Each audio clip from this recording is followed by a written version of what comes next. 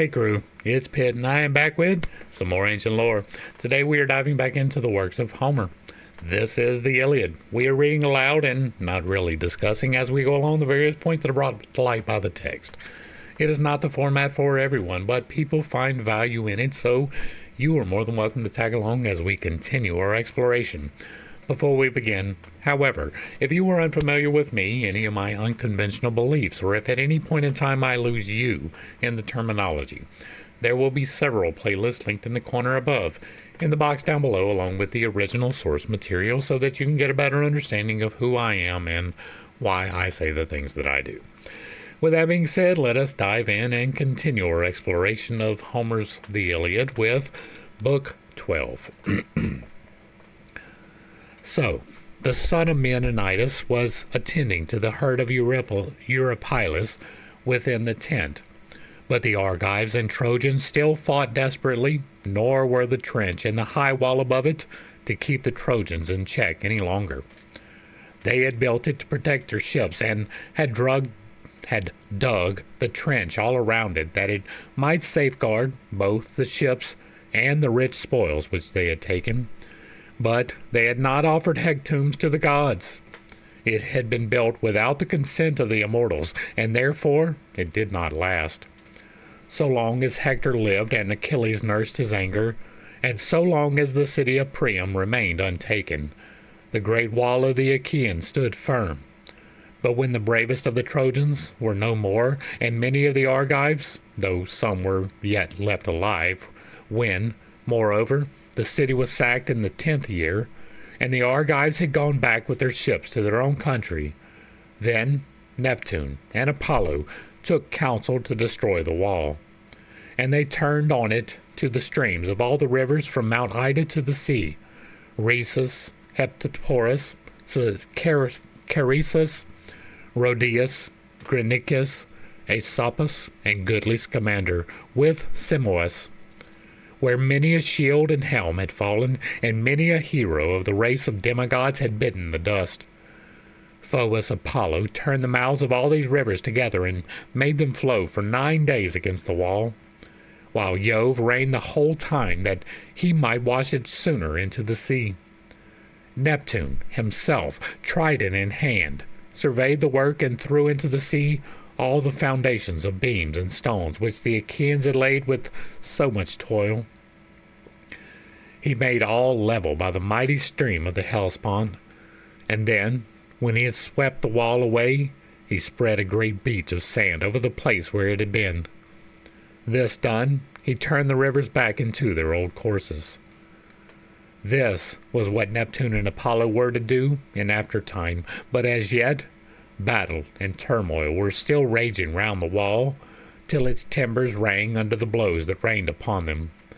The Argives, cowed by the scourge of Jove, were hemmed in at their ships in fear of Hector, the mighty minister of rout, who, as heretofore, fought with the force and fury of a whirlwind. As a lion or wild boar turns fiercely on the dogs and men that attack him, while these form solid wall and shower their javelins as they face him, his courage is all undaunted, but his high spirit will be the death of him. Many a time does he charge at his pursuers to scatter them, and they fall back as often as he does. Even so did Hector go about among the host, exhorting his men and cheering them on to cross the trench. But the horses dared not to do so, and stood neighing upon its brink, for the width frightened them. They could neither jump it nor cross it, for it had overhanging banks all round on either side, above which there were sharp stakes that the sons of the Achaeans had planted so close and strong as a defense against all who would assail it. A horse, therefore, could not get into it and draw his chariot after him. But those who were on foot kept trying their very utmost. Then Polydamas went up to Hector and said, "Hector, and you other captains of the Trojans and allies, it is madness for us to try and drive our horses across the trench. It will be very hard to cross, for it is full of sharp stakes, and beyond these there is a wall. Our horses therefore cannot get down into it, and would be of no use if they did. Moreover, it is a narrow place, and we should come to harm, if indeed great-minded Jove is to help the Trojans, and in his anger will utterly destroy the Achaeans? I would myself gladly see them perish now and here, far from Argos. But if they should rally, and we are driven back from the ships pell-mell into the trench there will not be so much as a man get back to the city and tell the tale. Now, therefore, let us all do as I say. Let our squires hold our horses by the trench, but let us follow Hector in a body on foot, clad in full armor. And if the day of their doom is at hand, the Achaeans will not be able to withstand us." Thus spoke Polydamas, and his saying pleased Hector, who sprang in full armor to the ground. And all the other Trojans, when they saw him do so, also left their chariots. Each man, then, gave his horse over to his charioteer in charge to hold them ready for him at the trench. Then they formed themselves into companies, made themselves ready, and in 5 bodies followed their leaders. Those that went with Hector and Polydamas were the bravest and most in number, and the most determined to break through the wall and fight at the ships. Cebriones was also joined with them as third in command, for Hector had left his chariot in charge of a less valiant soldier. The next company was led by Paris, Alcethus, and Agenor, the third by Helenus and Diphobius, 2 sons of Priam, and with them was the hero Asius, the son of Hyrtacus, whose great black horses of the breed that comes from the river Celius had brought him from Arisbe. Aeneas, the valiant son of Anchises, led the fourth, he and 2 sons of Atenor, Archelicus and Acamas, men well versed in all the arts of war. Sarpedion was captain over the allies, and took with him Glaucus and Asteropaeus, whom he deemed most valiant after himself, for he was far the best man of them all. These helped to array one another in their ox-hide shields, and then charged straight at the Danaans, for they felt sure that they would not hold out longer, that they should themselves now fall upon the ships. The rest of the Trojans and their allies now followed the counsel of Polydamas, but Asius, son of Hyrtacus, would not leave his horses and his esquire behind him. In his foolhardiness he took them on with him towards the ships, nor did he fail to come by his end in consequence. Nevermore was he to return to wind-beaten Ilios, exulting in his chariot and his horses. Ere he could do so, death of ill-omened name had overshadowed him, and he had fallen by the spear of Idomeneus, the noble son of Deucalion. He had driven towards the left wing of the ships, by which way the Achaeans used to return with their chariots and horses from the plain.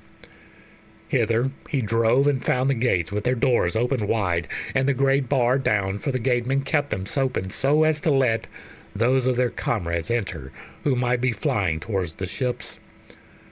Hither of set purpose did he direct his horses, and his men followed him with a loud cry, for they felt sure that the Achaeans would not hold out longer, and that they should now fall upon the ships.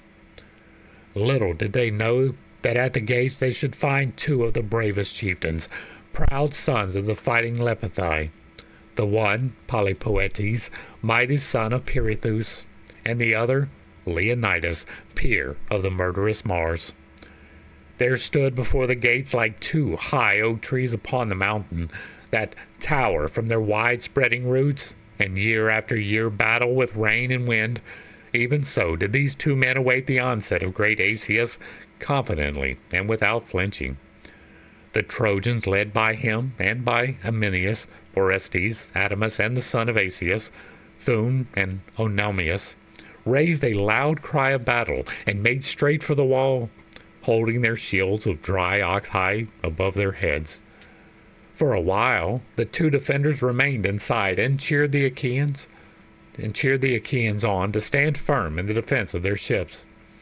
When, however, they saw that the Trojans were attacking the wall, while the Danaans were crying out for help and being routed, they rushed outside and fought in front of the gates like 2 wild boars upon the mountain that abide the attack of men and dogs, and charging on either side break down the wood all round them, tearing it up by the roots, and one can hear the clattering of their tusks. till someone hits them and makes an end of them. Even so did the gleaming bronze rattle about their breasts as the weapons fell upon them. For they fought with great fury, trusting to their own prowess and to those who were on the wall above them. These threw great stones at their assailants in defense of themselves, their tents, and their ships. The stones fell thick as flakes of snow, which some fierce blast drives from the dark clouds and showers down in sheets upon the earth. Even so fell the weapons from the hands alike of Trojans and Achaeans. Helmet and shield rang out as great stones rained upon them, and Asius, the son of Hyrtacus, in his dismay cried aloud and smote his two thighs. "Father Jove," he cried, "of a truth you two are altogether given to lying. I made sure the Argive heroes could not withstand us, whereas like slim-waisted wasps or bees they have their nest in the rocks by the wayside. They leave not the holes wherein they have built undefended, but fight for their little ones against all who would take them. Even so these men, though they be but two, will not be driven from the gates, but stand firm, either to slay or be slain." He spoke, but moved not the mind of Jove, whose counsel it then was to give glory to Hector. Meanwhile the rest of the Trojans were fighting about the other gates.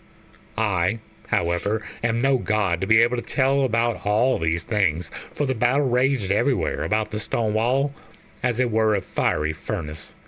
The Argives, discomfited though they were forced to defend their ships, and all the gods who were defending the Achaeans were vexed in spirit. But the Lapithae kept on fighting with might and main. Thereon Polypoetes, mighty son of Pithros, hit Damastus with a spear upon his cheek-pierced helmet. The helmet did not protect him, for the point of the spear went through it and broke the bone, so that the brain inside was scattered about, and he died fighting. He then slew Pylon and Ormenius. Leonidas of the race of Mars killed Hippomachus, the son of Antimachus, by striking him with the spear upon the girdle. He then drew his sword and sprang first upon Antiphates, whom he killed in combat, and who fell face upwards on the earth. After him he killed Menon, Iamenus, and Orestes, and laid them low one after another. While they were busy stripping the armor from these heroes, the youths, who were led on by Polydamas and Hector, and these were the greater part, and the most valiant of those who were trying to break through the wall and fire the ships, were still standing by the trench, uncertain what they should do, for they had seen a sign from heaven when they had essayed to cross. A soaring eagle that flew skirting the left wing of their host, with a monstrous blood-red snake in its talons, still alive and struggling to escape. The snake was still bent on revenge, wriggling and twisting itself backwards till it struck the bird that held it on the neck and breast, whereon the bird, being in pain, let it fall, dropping it into the middle of the host, and then flew down the wind with a sharp cry. The Trojans were struck with terror when they saw the snake, portent of aegis-bearing Jove, writhing in the midst of them, and Polydamas went up to Hector and said, "Hector, at our councils of war you are ever given to rebuke me, even when I speak wisely, as though it were not well, forsooth, that one of the people should cross your will either in the field or at the council board. You would have them support you always. Nevertheless, I will say what I think will be best. Let us not now go on to fight the Danaans at their ships, for I know what will happen if this soaring eagle, which skirted the left wing of ours with monstrous blood-red snake in its talons, the snake being still alive, was really sent as an omen to the Trojans on their essaying to cross the trench. The eagle let go her hold. She did not succeed in taking it home to her little ones, and so it will be with ourselves, even though by a mighty effort we break through the gates and wall of the Achaeans, and they give way before us. Still, we shall not return in good order by the way we came, but shall leave many a man behind us, whom the Achaeans will do to death in defense of their ships. Thus would any seer who was expert in these matters, and was trusted by the people, read the portent." Hector looked fiercely at him and said, "Polydamas, I like not of your reading. You can find a better saying than this if you will. If, however, you have spoken in good earnest, then indeed has heaven robbed you of your reason. You would have me pay no heed to the counsels of Jove, nor to the promises he made me. And he bowed his head in confirmation. You bid me be ruled rather by the flight of wild fowl. What care I whether they fly towards dawn or dusk, and whether they be on my right hand or on my left? Let us put our trust rather in the counsel of great Jove, king of mortals and immortals. There is one omen and one only, that a man should fight for his country. Why are you so fearful? Though we be all slain at the ships of the Argives, you are not likely to be killed yourself, for you are not steadfast nor courageous. If you will not fight, or would talk others over from doing so, you shall fall forthwith before my spear." With these words, he led the way, and the others followed after with a cry that rent the air. Then Jove, the Lord of Thunder, sent a blast of mighty wind from the mountains of Ida that bore the dust down towards the ships. He thus lulled the Achaeans into security and gave victory to Hector and to the Trojans, who, trusting to their own might and to the signs he had shown them, essayed to break through the great wall of the Achaeans. They tore down the breastworks from the walls and overthrew the battlements. They upheaved the buttresses, which the Achaeans had set in front of the wall in order to support it. When they had pulled these down, they made sure of breaking through the wall. But the Danaans still showed no sign of giving ground. They still fenced the battlements with their shields of oxhide, and hurled their missiles down upon the foe as soon as any came below the wall. The two Ajaxes went about everywhere on the walls, cheering on the Achaeans, giving fair words to some, while they spoke sharply to anyone whom they saw to be remiss. "My friends," they cried, "Argives one and all, good, bad, and indifferent, for there was never a fight yet in which all were of equal prowess. There is now work enough, if you well know, for all of you. See that none of you turn in flight towards the ships daunted by the shouting of the foe, but press forward and keep one another in heart, if it may be that Olympian Jove, the Lord of Lightning, will vouchsafe us to repel our foes and drive them back towards the city." Thus did the two go about shouting and cheering the Achaeans on. As the flakes that fall thick upon a winter's day when Jove is minded to snows and to display his arrows to mankind, he lulls the wind to rest and snows hour after hour, till he has buried the tops of the high mountains, the headlands that jut into the sea, the grassy plains, and the tilled fields of men. The snow lies deep upon the forelands and havens of the great sea, but the waves, as they come rolling in, stay it, that they can come no further. Though all else is wrapped as with a mantle, so heavy are the heavens with snow, even thus thickly did the stones fall on one side and on the other, some thrown at the Trojans, and some by the Trojans at the Achaeans, and the whole wall was in an uproar. Still, the Trojans and brave Hector would not yet have broken down the gates and the great bar, had not Jove turned his son, Sarpedon, against the Argives as a lion against a herd of horned cattle. Before him he held a shield of hammered bronze that the smith had beaten so fair and round, and had lined with ox hides, which he made fast with rivets of gold all round the shield. This he held in front of him, and brandishing his two long spears, came on like some lion of the wilderness, who has been long famished for want of meat, and will dare break even into a well-fenced homestead to try and get at the sheep. He may find the shepherds keeping watch over the flocks with dogs and spears, but he is in no mind to be driven from the fold till he has had a try for it. He will either spring on the sheep and carry it off, or be hit by a spear from a strong hand. Even so was Sarpedon fain to attack the wall and break down its battlements. Then he said to Glaucus, son of Hippolochus, "Glaucus, why in Lycia do we receive a special honor as regards our place at table? Why are the choicest portions served us and our cups kept brimming? And why do men look up to us as though we were gods? Moreover, we hold a large estate by the banks of the river Xanthus, fair with orchard lawns and wheat-growing land. It becomes us, therefore, to take our stand at the head of all the Lycians, and bear the brunt of the fight, that one may say to another, Our princes in Lycia eat the fat of the land and drink the best of wine. But they are fine fellows. They fight well and are ever at the front in battle. My good friend, if, when we were once out of this fight, we could escape old age and then death thenceforward and forever, I should neither press forward myself nor bid you to do so, but death in 10,000 shapes hang ever over our heads, and no man can elude him. Therefore let us go forward and either win glory for ourselves or yield it to another. Glaucus heeded his saying, and the pair forthwith led the host of Lycians. Menestheus, son of Pythios, was dismayed when he saw him, for it was against his part of the wall that they came, bringing destruction with them.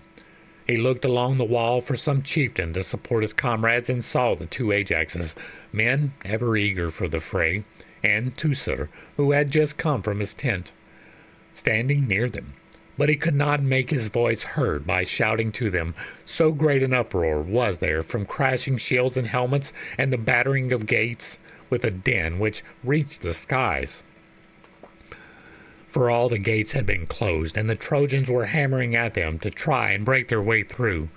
Menestheus, therefore, sent Teutes with a message to Ajax. "Run, good Teutes," said, and call Ajax, or better yet still, bid both come. For it will be all over with us here directly. The leaders of the Lycians are upon us, men who have ever fought desperately heretofore. But if they have too much on their hands to let them come, at any rate let Ajax son of Telamon do so, and let Teucer the famous bowman come with him." The messenger did as he was told, and set off running along the walls of the Achaeans.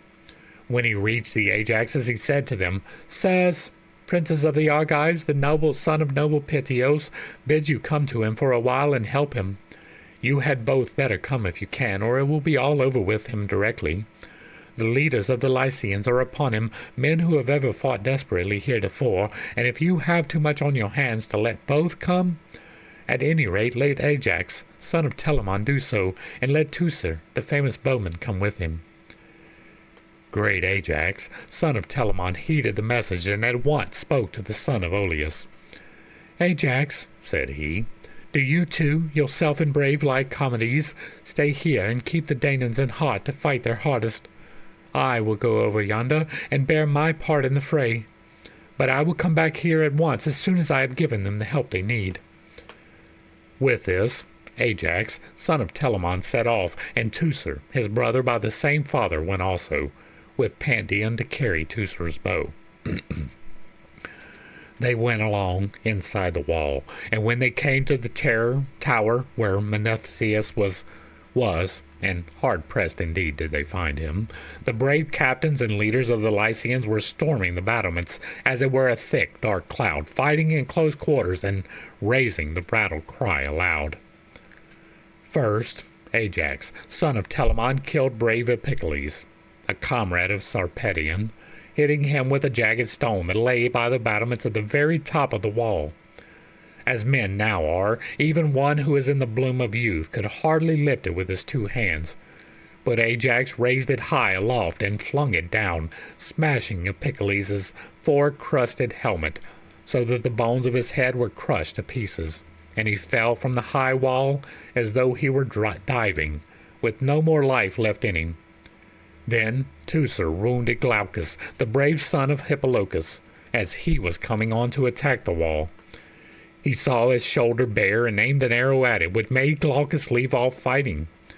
Thereon he sprang covertly down for fear some of the Achaeans might see that he was wounded and taunt him.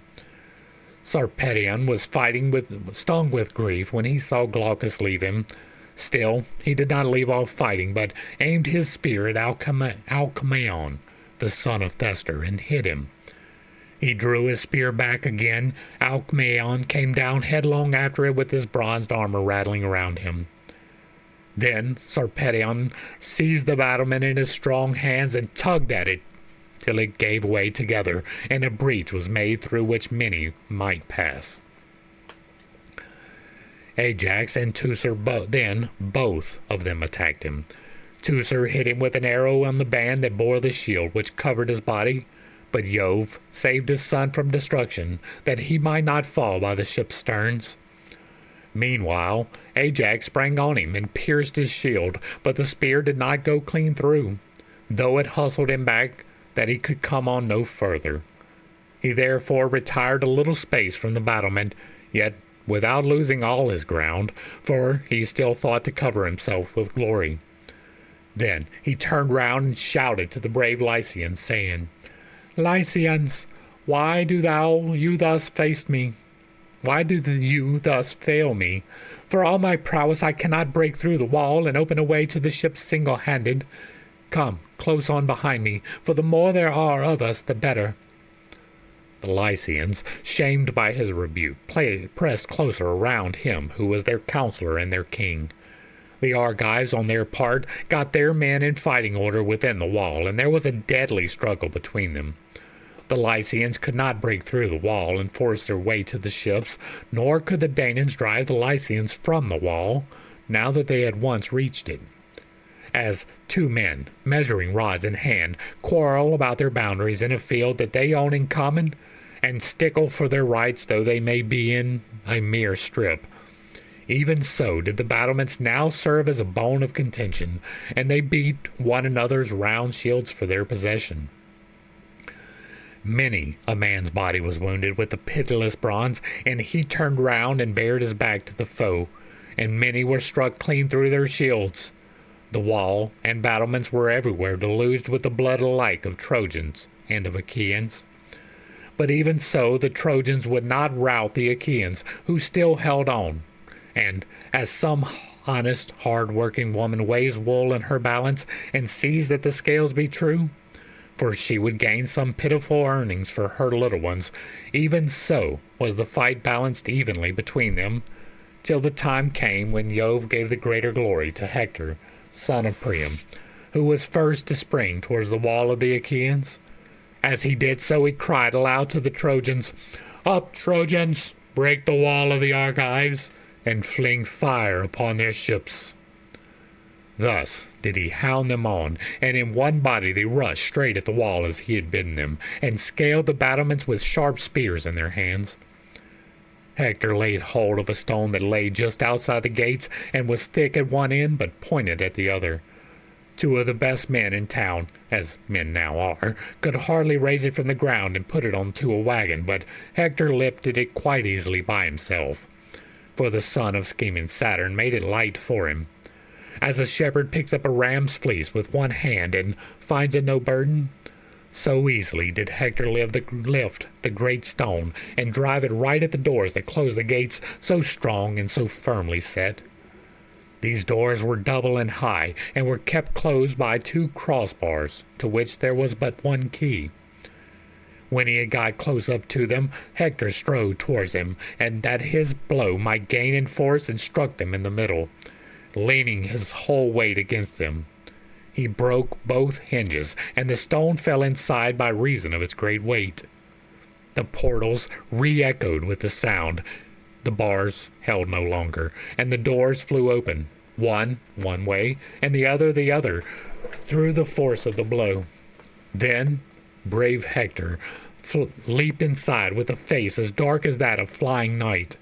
The gleaming bronze flashed fiercely about his body, and he had 2 spears in his hand.